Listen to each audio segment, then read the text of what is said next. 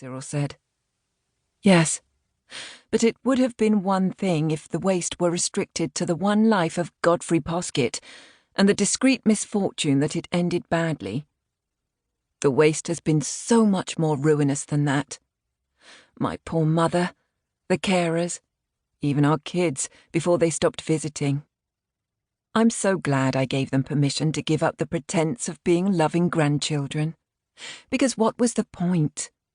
Most of the time he didn't know who they were, and all they got for going out of their way was abuse. It was physically so unpleasant as well.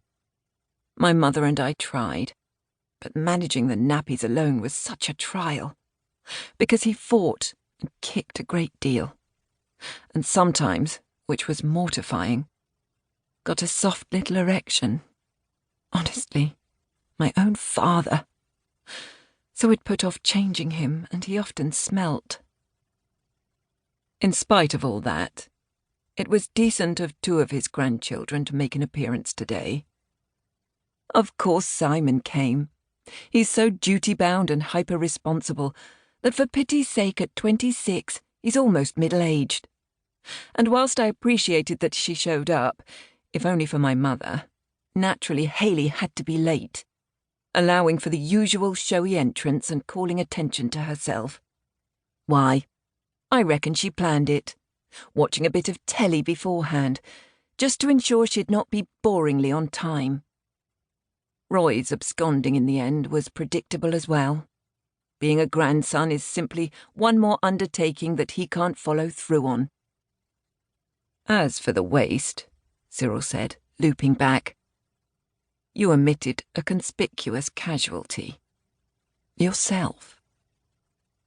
Best that her husband said it. I hesitate to calculate how many cumulative years of my life that man's infinite dotage managed to destroy. At least you miraculously managed to keep working. It was the leisure time your father hoovered up.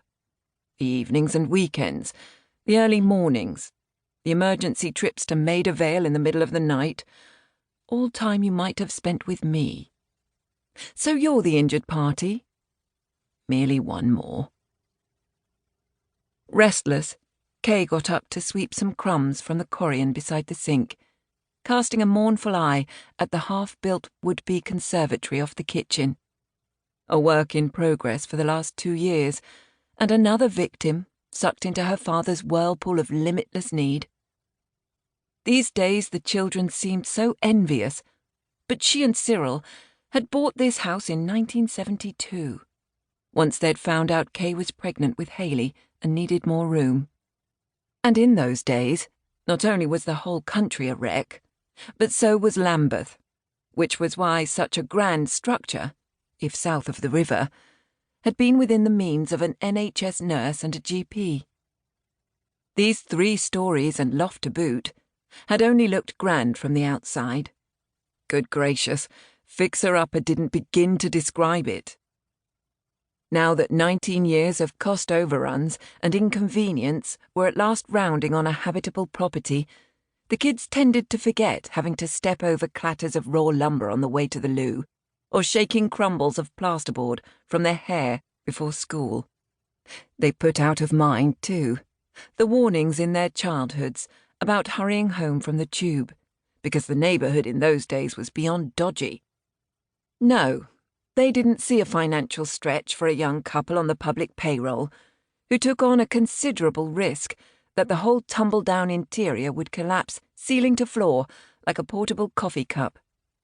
All the children saw now was the imposing, respectable edifice of Mum and Dad's house, a conventional projection of the establishment that they'd never afford for themselves.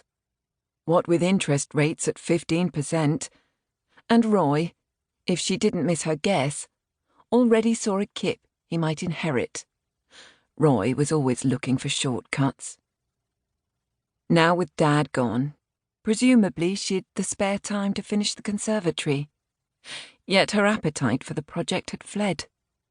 She was already 51. How much longer would they live here? More starkly, how much longer would they live? Kay had imagined that she'd crossed the signal threshold of 50 with aplomb.